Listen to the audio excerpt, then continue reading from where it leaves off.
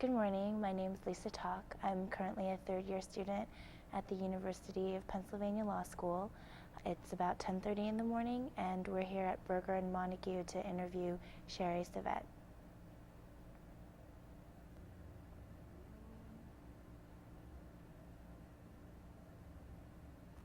Good morning. My name is Lisa Talk. I'm here with the University of Pennsylvania Law School's Oral Legal History Project. It's 10:30 on Monday, November 13th, the year 2000, and we're here at the law offices of Berger and Montague to interview Sherrie Savett. No, I'm in the middle of a real big problem, and Good morning. good morning. I know that you grew up in Philadelphia. Were Yes. your parents also from Philadelphia? Yes, they were. They were. And, They are. They are.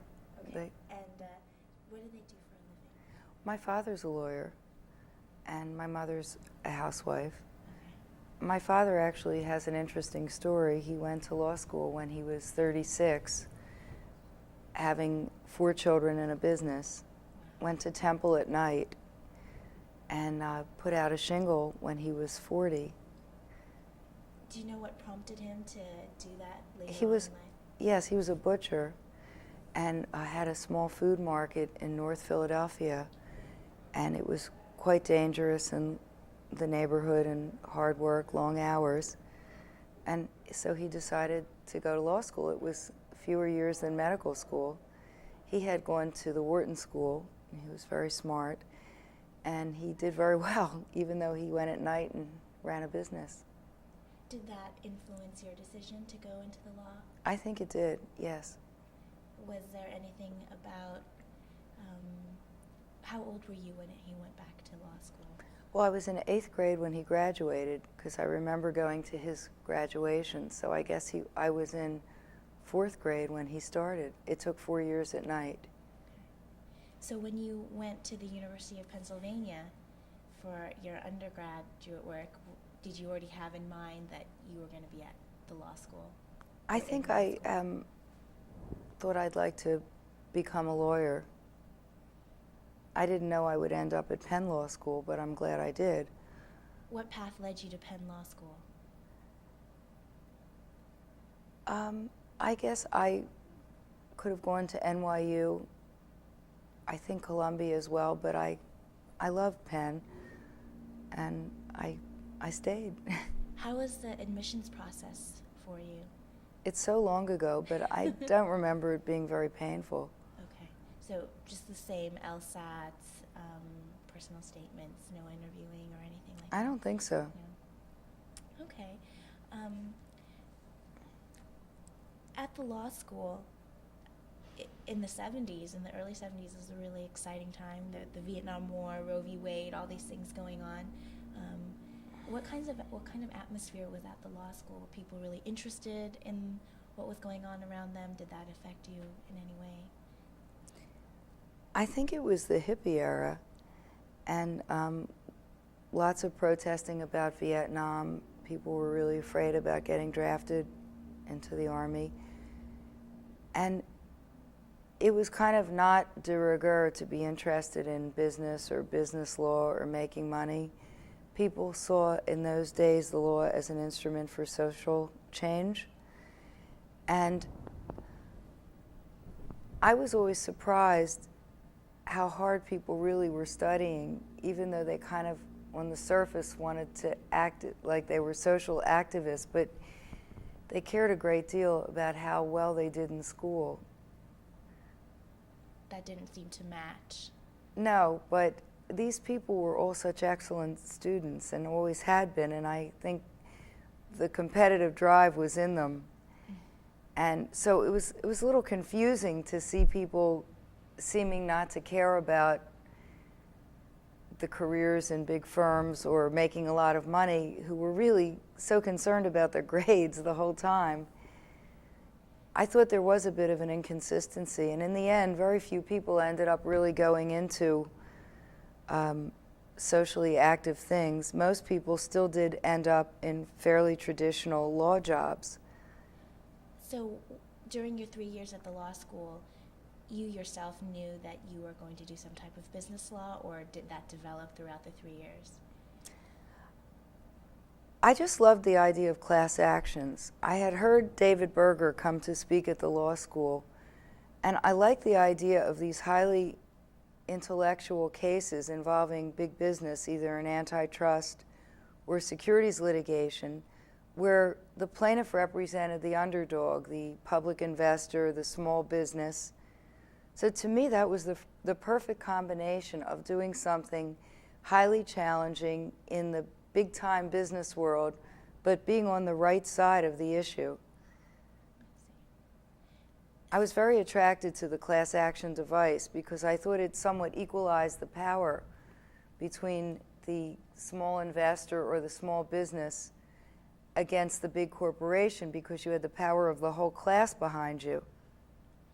What kinds of courses did the law school offer that helped you to develop your interest or hone it, if any? I don't think any. I think hearing David Berger speak that time really made a big impression on me. I always knew that I wanted litigation. I think it kind of suited my personality. I like public speaking. I like drama. I like writing. I liked advocacy. I always loved the moot courts in school. How was the job search process for you? I mean, you mentioned that you had already heard from David Berger, and did you know that you wanted to work with him? How did the whole real life, I guess, process of being an attorney start for you? Well, I was not on the law review when I was in law school, so I didn't have necessarily my pick of every job that I wanted. But I did get interviewed by some of the large firms, and I was competing against people in my class that had probably a higher standing than I, but I knew that I had real litigation skills and instincts and judgment. I even knew that at a young age. And I did go with a more traditional firm originally. It was then known as Goodis Greenfield. But I, within a year, came to David Berger. And so I've really been doing this class action complex litigation my whole career for about 25 years. And it really suits me. Can you talk about the training that you had early on? What kinds of experiences formed your career early, the first? Well, I would give a lot of the credit to David Berger. He was totally unbiased in terms of whether you were a woman or whatever your religion was or your background. He was just looking for talent. And when he saw that I had some ability, he really let me perform in a very independent manner.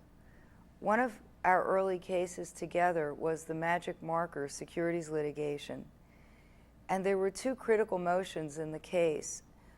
One was the class certification motion, and the other was the motion to dismiss. And I worked on the case with David Berger, and I was really a very young lawyer. I think I was only maybe 2 years out of law school. And he let me argue one of those major motions in the federal court. And we both won our motions. And in those days, that was a really big case, and we ended up settling it, as I recall, for about $4 million. And it was one of the largest cases in the Eastern District of Pennsylvania in those days. And that kind of launched me. That gave me a lot of confidence. That case was particularly interesting because there was no big corporate defendant. There were a lot of participants in a stock manipulation scheme. So we had individual settlements with a lot of different entities, including individual brokerage houses. So I had to deal with a lot of difficult problems of partial settlements and having to indemnify the settling defendants against the non-settling defendants. Some really tough issues that are still tough issues today when you make a settlement with some but not all of the defendants. So for you, you had this very hands-on training early on in your career. Do you find that now at this stage, 30 years from then, that there's young attorneys are still getting the same kind of hands-on experience, or is there a difference in how people are trained?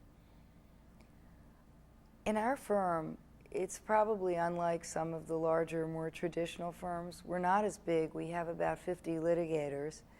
And our staffing tends to be more lean on each case. So we generally will have a senior partner like myself, and I'm still a very hands-on litigator, a junior partner, and an associate. So I think they each really feel very much a part of the team. We have strategy meetings all the time. Another one of my early and very formative cases was a securities litigation that I had against the Franklin Mint. A lawyer from New York, Richard Dannenberg, who was from the Yale Law School, brought the case to our firm, and I was assigned to it. And I worked with him, and he was an absolutely great lawyer. And I remember examining hundreds and hundreds of documents with him in a hotel room where we didn't even have a good desk, and we had the documents spread out on this big bed, and we were just highlighting them and throwing documents at each other and becoming so excited when we would see something interesting. And in that case, I recall that we had the class certification motion denied on what I thought was an improper ground, but it was a big blow to us in the case. But we decided that we were going to continue. The case was really good on the merits, and we were going to continue and litigate it, even if we had to try it for one individual plaintiff, and then appeal that class certification denial. We couldn't appeal it then because it was an interlocutory decision. And we also were retained by another plaintiff, so we were going to renew the class certification motion. And on the 18th deposition, we questioned a witness, and we asked a very offbeat question, and we got the smoking gun of the case. And it turned out that there was a document that we hadn't seen that actually had a doodle on it, which was a cross with tears coming out of it. And I guess that was somebody's emotional reaction to what was happening at that time within the Franklin Mint. And we were able to, after that document came out in that testimony, even though we had had the class denied, we were able to settle the case and agree to a settlement class. And that settlement was $6 million, which I think was the second largest settlement of that type in the Eastern District of Pennsylvania, and that was in around 1980. So it seems like the early part of your career was so active. Did you run into any negative type prejudices because of your gender, or? By the way, I just want to make another point, go ahead. that the cases that I've really litigated hard stick in my mind permanently. And I can actually remember the few smoking guns that I have come across in these cases, and they're like emblazoned like a Xerox copy on my brain. Like, I still remember where the important sentence was on the page. I think that's what happens to litigators, because you get so involved with your cases and they mean so much to you. They're practically like children. Did I experience, I don't think I had much negative experience throughout my career for being a woman. Definitely not in the courts. Almost my entire practice has been in the federal court. And I think almost no judges that I was ever before made a difference because I was a woman. I did have some trouble among counsel, both on the plaintiff side and on the defense side, because I think some of them really did have kind of an old boys network. And there were times that I felt a little out of that, but not so many. I mean, I'm a pretty aggressive litigator, and I most of the time was able to get along with most of my both adversaries and people on my own side. But I can't say it's never been an issue. Okay. Going back actually to what you're talking about, the smoking guns and those really the cases that stand out in your mind, did you know before you took the cases that you were going to have that emotional attachment? Can you sense beforehand, this is going to be a case that's really going to grab me? Or Sometimes I could. Like, we had a case against what was then the largest bank in Seattle, Washington, Seafirst Bank. And we got, toward the beginning, a witness who was a former employee came to me and told me some of the facts of what really occurred. And I knew that this was going to be a case that I would be totally involved in. And some of them are like that. I'm trying to think of some of the other ones that from the beginning I knew that I was incredibly involved. Sometimes it happened as they went along. But sometimes it arose because a witness came and talked to you, or you found an important witness. Sometimes because the nature of the wrong was so egregious or so complicated, and you unraveled it, and you felt so good about that.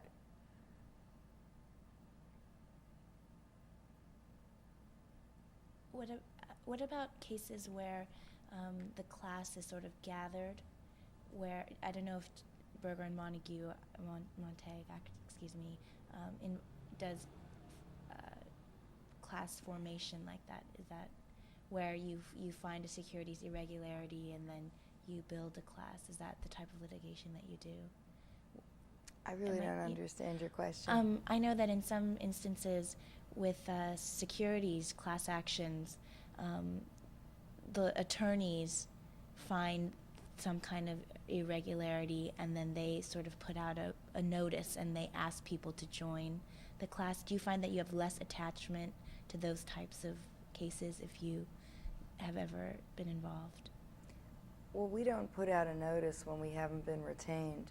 Okay, so that's a different type of situation. Okay. I was just trying to get out if there's a pattern of cases where which would make you more interested or less interested. I don't think that would be it. Okay. I'm very interested in cases that involve accounting irregularities. And it's not like somebody sticks their hand in the cookie jar. These are very, very bright executives. And so they come up with all kinds of clever ways to hide problems within the business. They play around with the expenses or the revenue side. I have a case right now where the allegation is that because a business was slowing down and they weren't selling their products, they kept loading products on their customers to the point where sometimes their customers had 52 weeks of inventory and didn't have to pay them for half a year.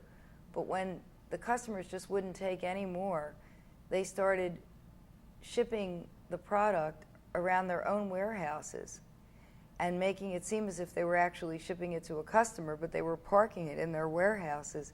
And at the end of every quarter, they got huge fleets of trucks just to ship the product around to make it seem like it was really moving. And that all comes out in the accounting irregularities? Yes, really. Because there are rules about revenue recognition. Actually, I had some questions about the Sotheby's, Yes. auction cases that just came out. How did Berger and Montague become involved in that case? We were retained by a shareholder. The stock went down materially when the conspiracy was revealed. And it turned out that our shareholder was chosen as the lead counsel and the lead plaintiff, and we were chosen as lead counsel. So it was very interesting because the defendants argued on their motion to dismiss that there was no duty to disclose a criminal act or even an act. They hadn't admitted that it was a criminal act. And they hadn't said anything on the subject, so they had no duty to disclose. So we found that they had made statements in their reports about the intense competition and that they were really doing well anyway. So we said once they brought up the subject of competition, they had to disclose that they had eliminated the competition by their price-fixing conspiracy. We won the motion to dismiss, and it wasn't until we won that motion that they started to talk to us because I think they thought they could get our case knocked out. Was this one of the more memorable cases, or? Well, it was in a way because the subject matter of the art world was so interesting, and it was different because it wasn't financial manipulation by accounting, but it was by price fixing. Mm-hmm. So, and there was a lot of intrigue about the personalities in Sotheby's and Christie's, so that made it very interesting. But in terms of litigation, it happened very fast. So even though it was a very big and good result, excellent result for the class, I mean, we believe that we are going to recover about 60% of the absolute damage of the class members on a case that could have been knocked out. We think that's really great. So for that reason, it was exciting. But I've had other cases that have been much more in the trenches, that have been fought much harder, that in fact are really much more memorable to me. In terms of settlements, is settlement always the goal? Is there ever a situation where you would bypass a settlement for litigation? If I had the opportunity for a good settlement, I always take it, because I think trial is just too risky. Now, one of the cases that really sears in my mind the most and was one of the most formative was a case in Florida called In Re Cascade securities litigation. It was one of the biggest frauds of the 90s. It was a women's apparel and cosmetics company that claimed to have about 250 apparel stores and over 200 cosmetics counters, and was growing very rapidly, when in fact the truth came out that they had maybe 50 stores, virtually all of which were losing money, and they had no cosmetics counters. It was a complete fiction. And when the company was liquidated, all the inventory of these so-called 200 cosmetics counters consisted of a few bottles of colored water that fit into one brown paper bag. So the company was, once it went into bankruptcy, was liquidated, and there was absolutely nothing left. There were no assets. And my class had lost, I think it was around $75 million. So we had to go after the professionals, the accountants, and Raymond James, who was a very large regional brokerage house, had an analyst that covered this company. It was the only major house that did, and in the space of less than 2 years wrote 30 glowing reports about this company. The stock went up to $11. And one of the things that the analyst said was pristine balance sheets. and these cosmetics counters were the key to the growth. And he had never even gone to visit any of them, because if he had, he would have found out that they weren't there. There might have been one for show in one store. So this was a very unique case, to have a case against a brokerage house, but not on even their brokerage side, but on their analyst side. So this is an example of why I think the litigation I do is so fascinating. And I don't think there had ever been a case where a securities analyst was sued for recklessly written research reports. So we got one of the experts in the country who actually teaches the CFA course, the Certified Financial Analyst course, and they have a set of standards just like accountants, and we believe that this analyst breached every one of them. So we could not settle the case. They didn't take it seriously at all. And we were within less than a week of trial, and the judge still hadn't decided the summary judgment motion. And we had gotten nowhere on settlement. The case was 6 years old. They had tried to knock out our experts. I mean, there must have been 50 motions in the case. So we got 3 days' notice to argue the summary judgment motion. And what was horrible is we were still taking the expert depositions. There were reasons why the schedule got all compressed at the end. It was terrible for us. So I was up in Boston defending our expert, and I got notice that in 3 days I had to go down and argue the summary judgment motion in Florida. And it was just horrible. I had to actually cut the deposition short, and I stayed up all night, prepared for it, and we walked into court. But the evening before, we had made our first progress in settlement. And we were within a few $1 million of each other. They had really basically offered nothing up until that time. And we got to the courthouse, and the judge was very, very strict, a woman named Leonora Nesbitt in the Southern District of Florida. And to our amazement, the lead defense lawyer had had a heart attack overnight. he was the senior partner of this firm, and his junior partner, who's a very experienced lawyer, came in and said, Your Honor, my partner so-and-so has had a heart attack overnight, and I wasn't prepared to argue this motion. Can we have a 2-week extension of this and the trial? And the judge said no. Seriously. And she said, Ms. Savett, I want to hear argument on the summary judgment motion. So I got up and I actually started to argue it for like a minute. And a man that had served as the mediator in an unsuccessful mediation, we had called him on our way in from the airport just to see if he could try to broker a settlement because we were really close. He came bursting through the courthouse in his golf clothes with cleats, and he went up to the podium and he said, Your Honor, could I just have 20 minutes with these parties? I think maybe I can negotiate. I think maybe we can have a settlement. And the judge hesitates, and she says, okay, you can have 20 minutes, but if you're not finished in 20 minutes, I want to hear argument on summary judgment. And right in the hallway outside that courthouse, we settled that case after 6 years of brutal litigation. And I believe that it was a totally unique case because I don't think a brokerage house had ever paid a substantial settlement involving their analyst and a falsely written research report. So that was one of my most exciting cases, and it wasn't one of my biggest, but it was a good-sized one, but it wasn't anything compared to a Sotheby's at $70 million or a Waste Management at $220 million, or I don't know whether you know, it was just in the Wall Street Journal and the New York Times Friday.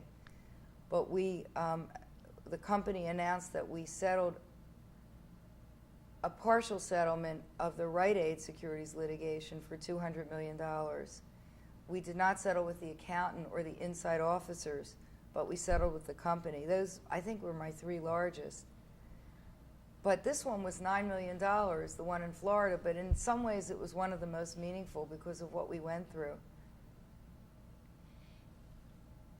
It seems that in litigation it's part preparation and part chance, from what you said with the heart attack. Well, that really didn't make any difference in the result, think? actually. I don't think that made any difference. So do you feel that if the partner had been there to argue the motion? I think the same thing would have happened. I think we still were trying to settle it because it was the 11th hour and everybody was up against the wall. Mm-hmm. But it just went to show you how stern the judge was. Mm. She just felt the younger lawyer was with the case for 6 years and was capable of arguing it, and the case was very old. She didn't want to wait any longer. How do you feel that mediation works? Excellently. Every single class action that both parties have agreed to mediation that I've ever had ended up settling. Sometimes not in the initial sessions, sometimes it took a while, but just the fact of having that third party in there who was really, really bright and would stick with it and force the parties to deal with each other. Now, getting a party to agree to enter into mediation is difficult sometimes.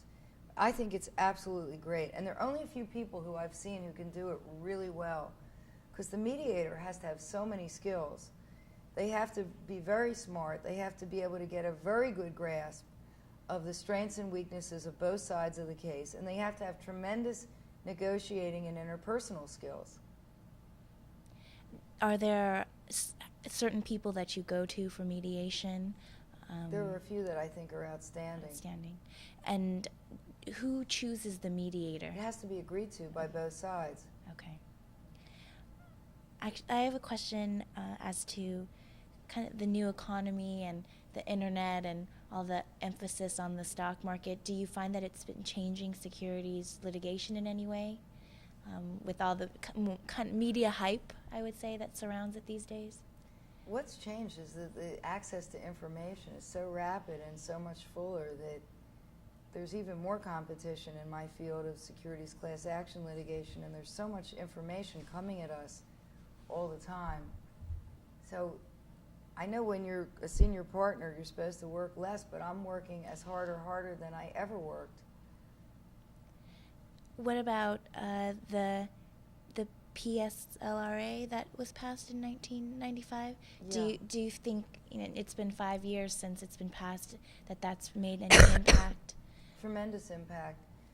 the pleading standards are very, very high, and you have to plead fraud with particularity and great specificity. So it causes us to do deeper investigations before we file complaints and put tremendous amount of work in up front. And some cases that are good get dismissed, which is really not fair, in my opinion, because I think they're expecting us to know too much before we even have discovery. But in that way, I think it's changed the landscape a lot. But if you can survive that motion to dismiss, the stakes go up a lot. I see. I'm wondering if you also encounter ethical type dilemmas because you're representing a class rather than an individual, if you feel that trade-offs need to be made, or if you haven't run into anything like that. I don't feel that way, because in most situations, even an individual or an institution with a large loss, I think is still best served to bring the class action. But there are some times when it's more advantageous for the client to just bring their own individual action. You really need to look at it on a case-by-case basis. I wanted to end up our discussion with just some questions on lecturing. I noticed that you've lectured a little bit at University of Pennsylvania and at Stanford. Is that correct? Well, Stanford was only once. Once Mel Goldman from San Francisco asked me to do a class with him on securities litigation. At Penn, several years ago, I taught in a class that was a joint MBA and law school class. That was during the era when there were so many deals, transactional situations. So I spoke about the point of view of the plaintiff's class action attorney. How is teaching different from the practice? What enrichment did you gain from that? I loved communicating with these really bright students who were very much in the real world. The other thing is it's easier because you just have to make a good argument or present the information. It's not a total win and lose situation like it is in the courtroom or in a litigation. So I found it more relaxing. Even though you have to prepare well, there wasn't any viciousness. Like, unfortunately, there's a lot of hostility in litigation. Mm-hmm. And also the stakes are so high. But that's why I'm really an advocate of settlements, because I think that everybody can win in a settlement. And most of the time, a good case will end in a settlement. This Cascade case where was settled just a couple of days before trial was very unusual, because we had survived all the significant threshold motions. And the case, I believed, had a lot of merit, and it was just like we couldn't come to any meeting of the minds as to how to value it between the two sides. But that doesn't usually happen. With sophisticated counsel on both sides, usually everyone compromises, but there's enough of an acknowledgement of risk on both sides that you find a way to settle it. When do you think the viciousness comes out the most? I think it has a lot to do with individual personalities, and I think judges can do a lot to control it. I think when judges take a firm hand and they really make fair decisions and they make them rather promptly, counsel tend to behave better. If judges are really slow in making decisions, or they make unfair decisions that favor one side or the other, then unfortunately I think the behavior gets much worse because people try to take advantage of that. Do you see yourself on the bench in the future? I think it would be great to be a federal judge. I mean, I'm not counting on it, and I'm not lobbying for it or anything like that, but I guess life can take a lot of twists and turns, but it would be something that I think would be the greatest job in the world. Do you think that it would be the next level in terms of challenge for you? I think it would be a great challenge, but I don't think it would be more challenging than what I'm doing now. It would just be a different challenge. And what about academia? No, I think I'm too action-oriented. I think I really just love the adversarial process too much. I love keeping my hand in it, and I do a great deal of speaking at PLI and ABA, probably 5 or 6 times a year. So I do feel like I'm teaching, and I enjoy that a lot, but the main thing that really, really excites me is to develop these cases and to litigate them. I'm done. Great. Great. Thank you Thank very you. much. Oh, you did that so well. It was so interesting. Thank you.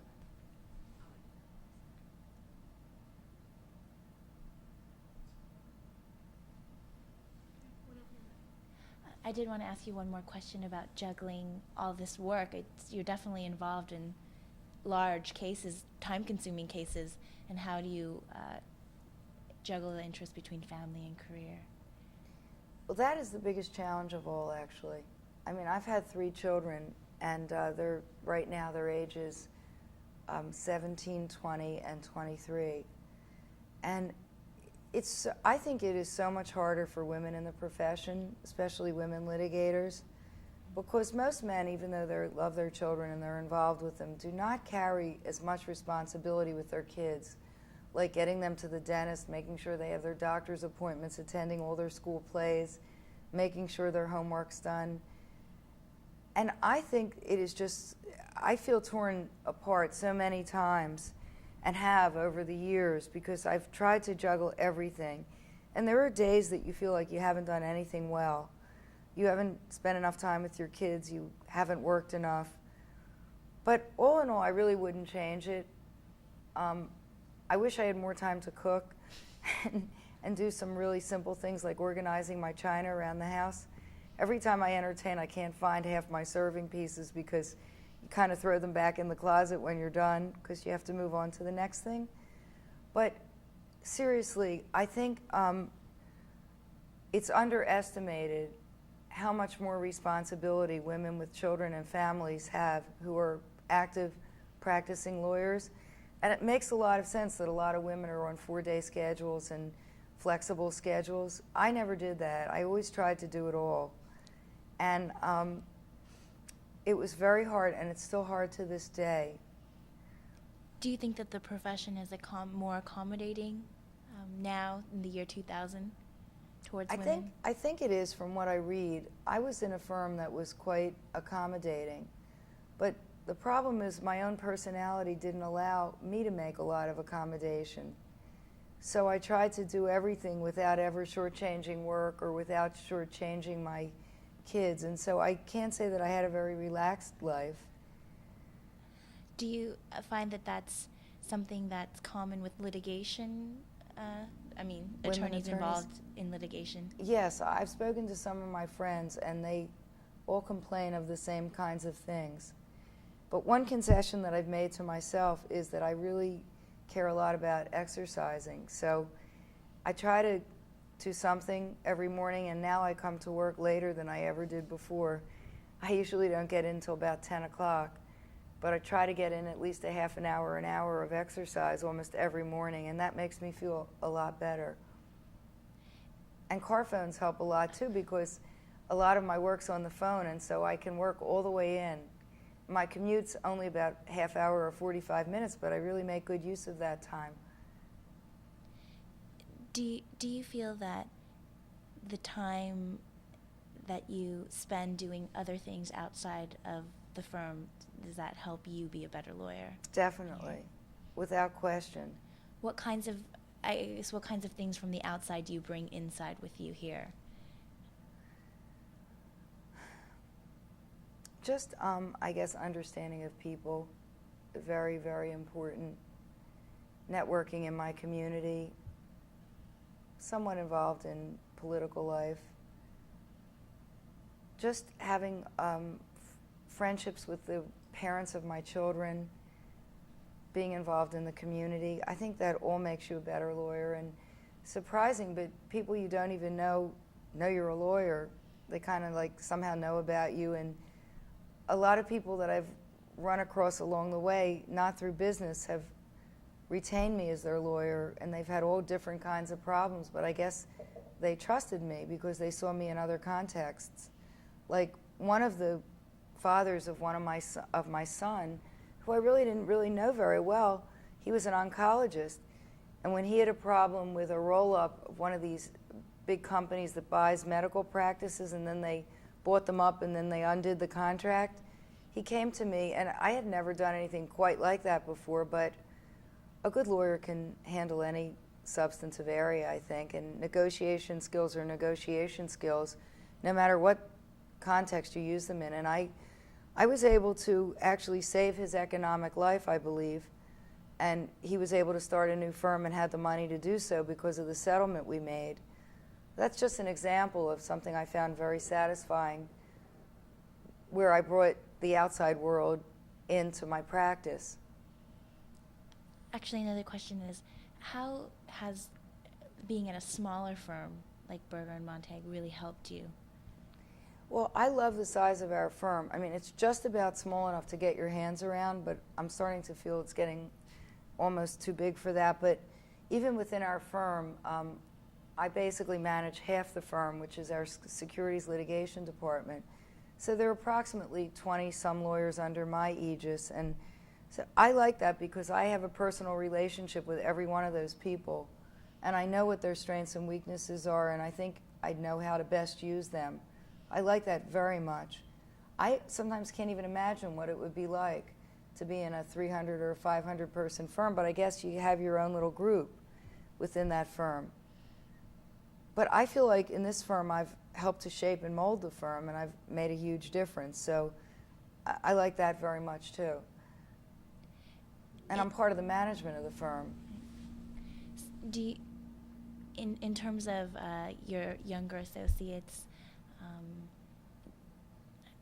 when you cultivate them as a female, do you think you have a different perspective than? I do. I think I get a lot closer to them than they would with a man. And my own department has a very large number of women. I think it's at least a third to a half, which isn't true in the rest of the firm. And I don't know how that happened because I don't think anybody discriminated. But yes, I'm really attracted to the women lawyers, and we have a special bond. I think that's it that I can think of. Thank you. Thank you. Thank you.